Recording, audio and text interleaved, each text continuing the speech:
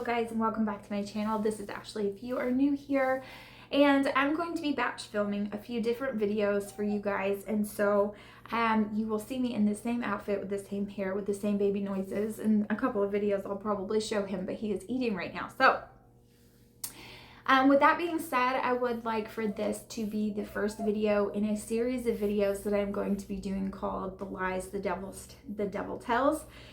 And this one is a doozy, you guys. Like, these are kind of going to be a little bit controversial to some. I might offend some people on here, but that's okay. I don't really care. I'm just telling my opinion and my point of view, and hopefully most of you will appreciate that. But I want to talk about stay-at-home moms, and I want to talk about the role that I feel that the Lord has placed us in, and I want to kind of brush up on, the calling that I feel like He has put on our lives as women and mothers, and the lies that the enemy tells us to take away from that calling. I want to give you a little bit of a backstory first, and I think that will help a little bit. So I worked full-time when Tristan was born. We were not at the point to where I could afford anything else, and we'll talk about that later. We could not afford for me to stay home, and so I worked full-time hours, 40 to 45 hours most of the time. Sometimes I got a little bit more than that. I worked all different hours because I was a manager in retail, and so sometimes I had to do overnights, sometimes I had to do until 12, 1 a.m. Sometimes I had to be there at 4 a.m. Sometimes I worked mid shifts. I just worked whatever, whenever, all the time. And it broke my heart. I started working 5 weeks after I had Tristan. I think it's actually like 4.5 weeks. So I didn't even take the 6 weeks off. I needed a job and we needed it right away. And we were struggling, and as most young couples do, and we had a baby to take care of. And so I got a job as soon as I possibly could. I had some complications with my full-time job while I was pregnant with Tristan, and so I had been out of work for a few months, but I went back to work, and I went back to work hard. I also worked up until Killian was 3 months old. So when I had Killian, I did breastfeed Killian, so that made it a little bit harder even. And I pumped and worked a full-time job then as well. And when he was about 3 months old, my mom was like, I can't keep 2 of them anymore. You're gonna have to figure it out. So when she said that she wouldn't watch them while I worked, we really couldn't afford childcare. Joshua had just started working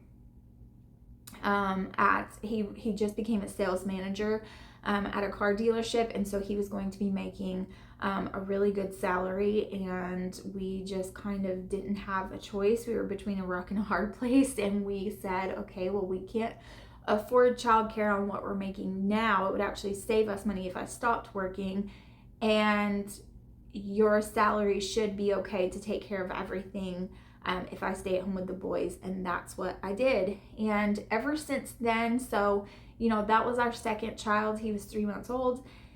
We have since had 3, 4, and now 5. We have made it work. Sometimes during COVID, he lost his job. He was laid off. We figured it out. We have done things on the side. I have made money on the side from home. We've sold furniture on the side. We've sold tools. We've gotten like big pallets and sold those. And we've done, different things on the side jobs, side work, side painting. We've done side jobs for people to kind of make things work, but I have stayed home, and he has been the breadwinner, and that, I've helped him with side jobs and things like that. But for the most part, that's how we have lived our life. Has it always been easy? Heck to the no. It's not even easy right now, right this second, because things have been all wonky and crazy with the business that he's in and with the economy, and it's just been nuts, but we make it work, right? So I want to talk to you about how, okay, first of all, I feel like I need to do this as a disclaimer. I do not think that every single household can have a stay-at-home mom. I think that you can if you make severe sacrifices, but I think that in the society and the culture that we live in today, society makes that super hard to do, right? They make it virtually impossible for you to stay at home. And I think that, in my opinion, without getting too political, but still kind of, because I can't really avoid that, I really believe that was done on purpose. I think that when when women were brought in the workforce, when it was brought to women's attention that they were not being equal and given equal opportunity for all of these things, and they could be career driven, and it was almost as if a very negative outlook was put on women and staying at home with their family, doing full course meals and cleaning, and you were lesser than, you were the lesser sex, and you were the lesser than because you stayed at home, and you were unintelligent because you didn't have a higher education, you stayed home all the time, you were naive and ignorant, and you were less than the man. And because of that, women wanted to be something different. And I think that everything became about giving women a career, giving women equal opportunity, giving women blah, blah, blah. And such a negative outlook became staying at home and taking care of your family. And I think all of that was done on purpose. Then as years went by, it got to where, since women have been in the career field for so long, since they have been this, since they have been that, it has gotten to where now it's pretty much impossible for you to be able to afford to stay at home with your family. That's not really an opportunity. Okay, I was getting interrupted. But I think that all of that was purposely done. And I have my own opinions as of why, and we won't get into that in this video. If you want to talk about it, you can message me, or we can talk in the comments. That's perfectly fine. But my point is I think that was purposely done. And I think that such a negative tone was placed on women in the home, and how that was undesirable, and that meant that you were a failure, and that meant that you obviously couldn't do anything other than. And so that was the choice that women made, and they stayed away from being at home. They wanted careers, they wanted all of these things. They felt like they needed more than that was not enough, that was not good enough, it wasn't a calling, it wasn't important. And I think that that's kind of still where we are today. Now, I know that there is a big movement and a big change, especially when the C word hit. We all kind of reevaluated some things because of our children's education, and because of the way that things were being done, and because of things that it brought to light about our children's education, and having to school them at home anyway, whether we wanted to or not, having to kind of figure that out, whether we worked or whether we didn't. And so it brought a whole other popular homeschool movement. And so I do realize that a lot of people during that time did make the change. He's trying to scratch himself. Did make the change to stay at home. And so it did bring about that kind of a movement of women reevaluating, families reevaluating, couples reevaluating. And I do understand that did happen. However, I do still think the vast majority, a lot of people can't make that choice, and they don't know how to make that transition. And it's very, very scary to live off of one income. Very scary. Trust me, I know. Very, very scary. So, with all that being said, I just want to kind of talk about the lies that the enemy tells us, and that he's been telling us for quite some time, and how a lot of times as a stay-at-home mom, you feel like you don't have a voice. You feel a lot of different feelings that I feel like we don't talk about out loud, because it makes us bad moms, or it makes us bad wives. And on the flip side of that, I want to talk about how there's nothing wrong with wanting to be a stay-at-home mom and being happy taking care of your family and your home and wanting to do things for your children and wanting to do things for your husband. And I think that so many times, because we are kind of wrapped up in this self-care, it's all about you world, that sometimes we try to act like doing for others and doing for our family and making sacrifices for our family are the wrong choices to make. So I want to talk about those two things. So first of all, the lie that the enemy tells us. I believe that the lie, there's so many lies that he tells us as women. He tells us constantly that we are not enough. That was part of the curse from the Garden of Eden when Eve ate the apple. The curse was put upon her that she'll always want to overstep her husband, to be the leader, and she's not supposed to be. She is to submit to her husband, but that she's always going to chase after that. I think that curse is kind of what brought upon a lot of these feelings, a lot of these lies that the enemy tells us, is that our roles as women, our roles as a mother, our role as a stay-at-home mom, our role as a homeschool mom, if you homeschool, our role as a caretaker and nurturer and giver of life to our children, educator to our children, chauffeur for our children, chef for our children and our husband, errand runner for our family, homemaker, housekeeper, that those roles are not good enough. I think that he beats us up about it.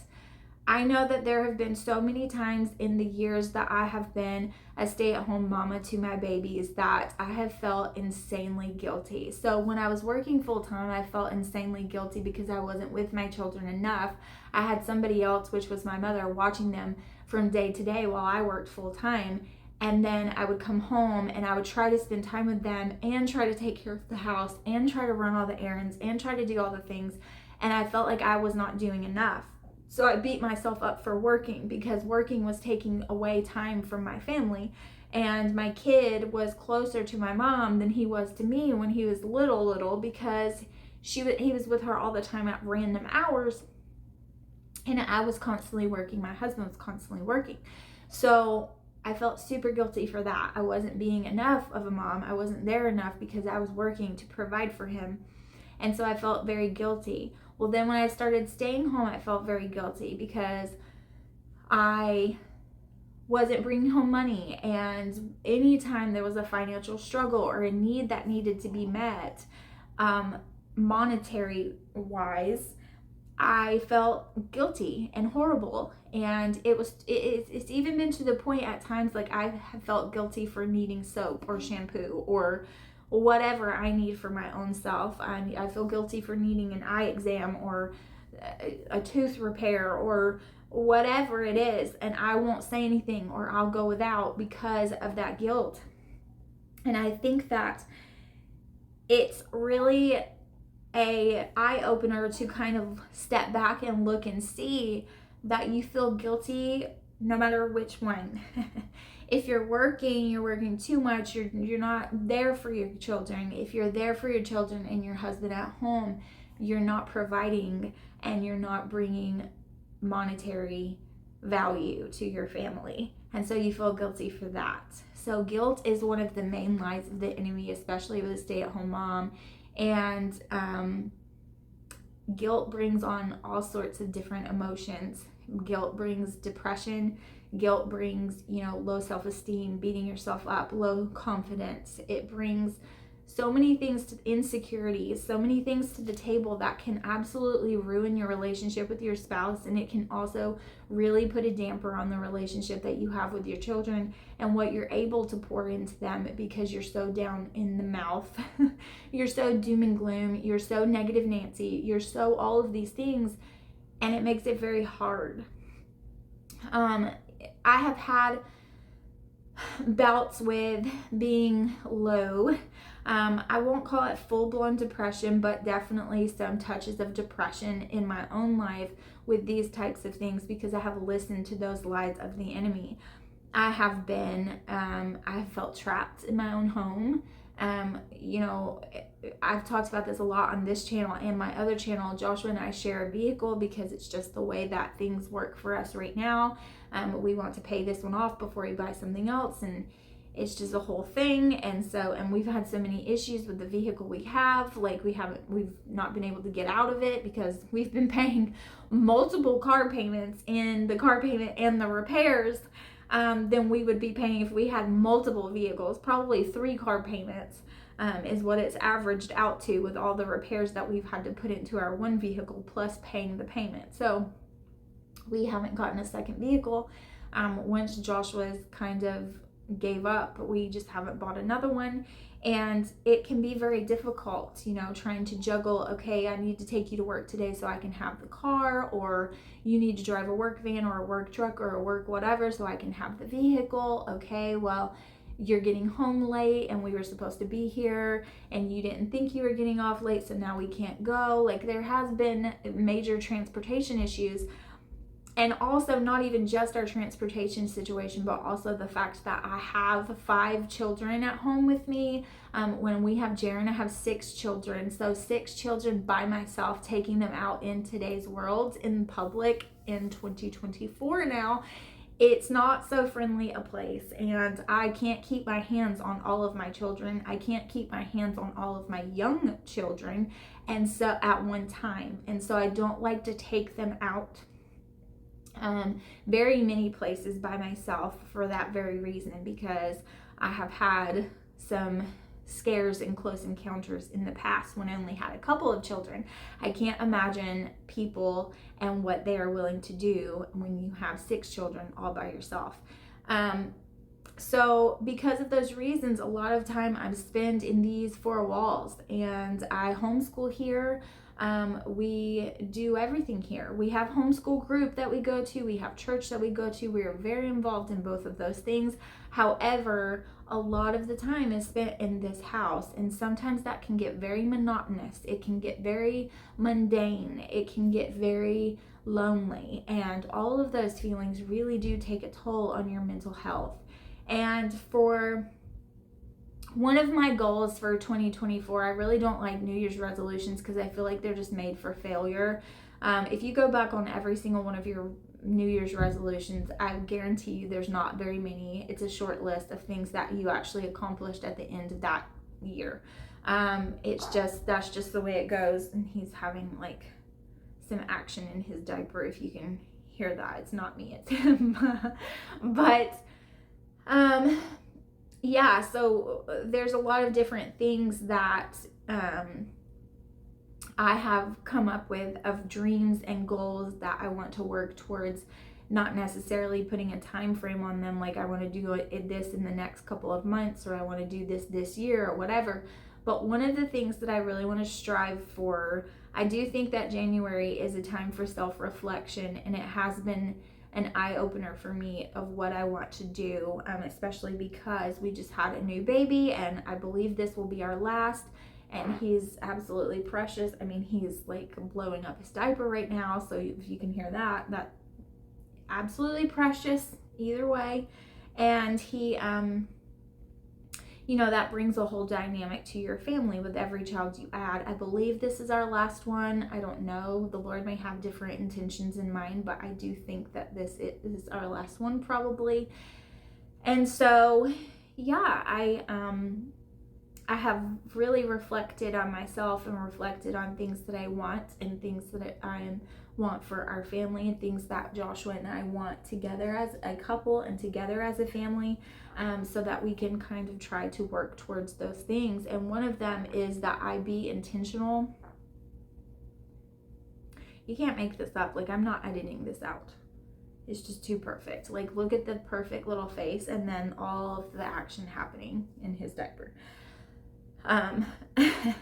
Just pure newborn, just bliss, and that's all going on. So I really want to be intentional, and I want to be a little bit more disciplined when it comes to schedule and it comes to different things, so that I get into a routine, not necessarily just a mundane, chaotic mess. One thing that I'm guilty of is that I tend to kind of just put all of me into one thing, and then all the other things fall by the wayside. And then when one thing is completely falling apart, I throw myself into that thing. So I'm constantly throwing myself into the thing that's falling apart, and that's not really a good mental that's not really good for my mental health and my mental space, is to always be doing something that's falling apart, and then I get it to where it should be up to par, but then 5 other things have fallen in its place, and I have to just take the worst thing, and I'm always working on the worst thing in my life, and it's just not good for my frame of mind. So I do think that focusing on the things that you know make you feel good, focusing on the things that you know counteract those lies that he's telling you, is really what's going to help your mental health, and it's going to help you focus on what's important, and what's important for your family, what's important for your household. And I really encourage you to do that, because I think that for so long, especially as women, and men are a whole different story. I'm going to do a video on that as well. But for us as women, he has been lying to us about our worth and our role in life for so long, that we feel like taking upon our role that he placed on us from the beginning, taking on the purpose that he created us for as women, as mothers, as wives, is not enough. And it's negative, and it's not good, and it means that I am lower than, and it means that I am being mistreated, and it means that I am either he makes you feel like you're being mistreated because you're a slave in your own home, and nobody appreciates you, and everybody just craps all over you, and they don't help you out, and they don't do what they're supposed to do, and you do everything, and you take on everything, and you don't even get paid for it. There's no appreciation, there's no respect, there's no honor in that. Either he traps you in that whirlwind, or you're on the other side where you feel like you are taking advantage, and you're lazy, and you're not good enough, and you don't do enough, and you're not Susie Homemaker, and you're not Martha Stewart, and you're not Betty Crocker, and you're not any of these people that make everything look so easy and fun and wonderful, and you're not Insta worthy, and you're not TikTok worthy either, and you're just screwed, and your house is horrible, and everything you touch is a failure. So he either has you on one side or the other most of the time. It's never a healthy medium. You're never feeling good about what you're doing. You always feel like you're failing at something. And I get it. Career mamas have a whole other thing. And trust me, I do get that, because like I said, I did have that as well, where I felt complete guilt over not being with my babies enough, and also trying to juggle a full-time job and do all of the responsibilities as a stay-at-home mom, because as much as I worked, my husband did work more. So then I have both responsibilities on my shoulders. I do understand all sides, but I feel like particularly stay-at-home moms who have chosen to stay at home with their babies, to homeschool their babies, even to do all of these things, we are told a whole set of lies that is just of the enemy, and we have got to break free of it. It has got to be broken free of. And I think that it's such a shame that we're not there for each other. We don't talk about these things out loud, and we don't say, this is what I'm struggling with. I'm struggling with low self-esteem. I'm struggling because these walls are closing in on me. I'm struggling because my kids are driving me absolutely bonkers, and I really just want to run away, but there's nowhere for me to run, because this is where I am 100% of the time. I am on call 24/7. 100% of my day has somebody on me, children on me, children, even when I sleep, they're waking up in the night, especially if you have little ones, or like my toddler who comes in our room in the middle of the night a lot, or even my 5-year-old, he'll be 5 in just a few days, he does it as well. And so, okay, I was interrupted and I have no idea what I was saying, but we are told so many different lies, and we don't share it with each other because we're afraid to. We either feel guilty because we are, I know what I was saying. I'm literally 24/7 on call with my toddlers coming in the middle of the night. I mean, you see, like, I get interrupted when I do a video. I get interrupted when I do anything. I have babies. I have responsibilities to educate my children, especially my older children who are getting into more important things. I have, a lot on my plate, and sometimes it's overwhelming, and I feel like I can't voice that because why is it overwhelming? Well, I have to, your husband is the one that works, and he has to pay all your bills and take care of all of you and blah, blah, blah. The least you can do is take care of your kids. You know what I mean? And I think that we have that weight on us where we feel like we don't have a right to voice our problems or our issues because we're complainers and we should be more grateful and all of the things. But what we don't understand is that we have to have a voice, and we can talk to one another, and we can gain strength from one another, and this is what we were made to do, okay? Long time ago, they had big places where you lived with a village. That's it takes a village. That's where that cliche, that's where that comes from, is that it takes a village to raise a family, because you used to live in very close vicinity with one another, whether you lived with your family or you lived in a village or you lived whatever. They lived in communities where they all helped take care of each other, and they all helped take care of each other's children and relatives and all of those things. And so they had lots of help. And I feel like our network of help has very slowly but surely, and now quickly, kind of diminished into nothing but ourselves. And now we have no support system, and now we have only ourselves to take care of everything, and we're trying to do it all and beat ourselves up at the same time, and it's just not working, okay? So I wanted to do this video as kind of a precursor, as kind of a let's get our feet wet, as kind of a let's get into controversial topics that really do bother us, but nobody wants to kind of talk about out loud. I'm going to talk about them out loud. And so this is the first in a series of videos about lies that the enemy tells. And the first one is just that you are not worthy. You're a stay-at-home mom. You're not worthy. You're lazy. You are, you don't bring anything to the table of value. And that's simply exactly what this series is, lies of the enemy, because none of that is true. We're going to go and dive in a little bit deeper. I want to do one more video about this particular lie, because I want to kind of go into the kind of devotional theological aspect of it. I know that that's not everybody's cup of tea, and you may not be interested in that video, but if you are, then you will enjoy part 2 of this. I'm going to kind of outline what I feel like the role of a woman is, and kind of outline why I feel like we feel that's not enough.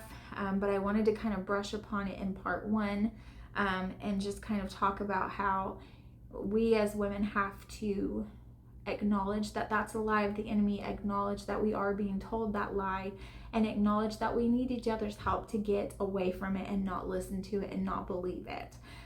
You do not have to believe the lies of the enemy. You can break free of that, and you can feel like you are enough and you are worth it. So that is what I wanted to share with you today. I hope that it resonated with you in some type of way, and I hope the interruptions weren't too much for you, and I will see you guys in the next video. I'm really excited about this series. I think it's going to go well. I just have to be consistent and stick with it so I can get through all of the topics that I kind of want to brush on. But this is going to be my Sunday series where I kind of do some more Christ-centered, Christian faith-based types of videos, more self-encouraging kind of things. A lot of you have requested that I bring those videos back, and this is going to be the first of many. So thank you guys so much for watching. I truly appreciate each and every one of you, and I will see you in the next one. Bye guys. Hello guys, and welcome back to my channel. This is Ashley if you are new here, and I'm going to be batch filming a few different videos for you guys. And so you will see me in the same outfit with the same hair with the same baby noises. In a couple of videos I'll probably show him, but he is eating right now. So With that being said, I would like for this to be the first video in a series of videos that I'm going to be doing called The Lies the Devil Tells.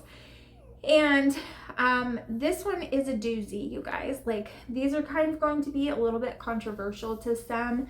I might offend some people on here, but that's okay. I don't really care. I'm just telling my opinion and my point of view, and hopefully most of you will appreciate that. But I want to talk about stay-at-home moms, and I want to talk about the role that I feel that the Lord has placed us in, and I want to kind of brush up on, you know, the calling that I feel like He has put on our lives as women and mothers, and the lies that the enemy tells us to take away from that calling. I want to give you a little bit of a backstory first, and I think that will help a little bit. So I used to work full-time, and I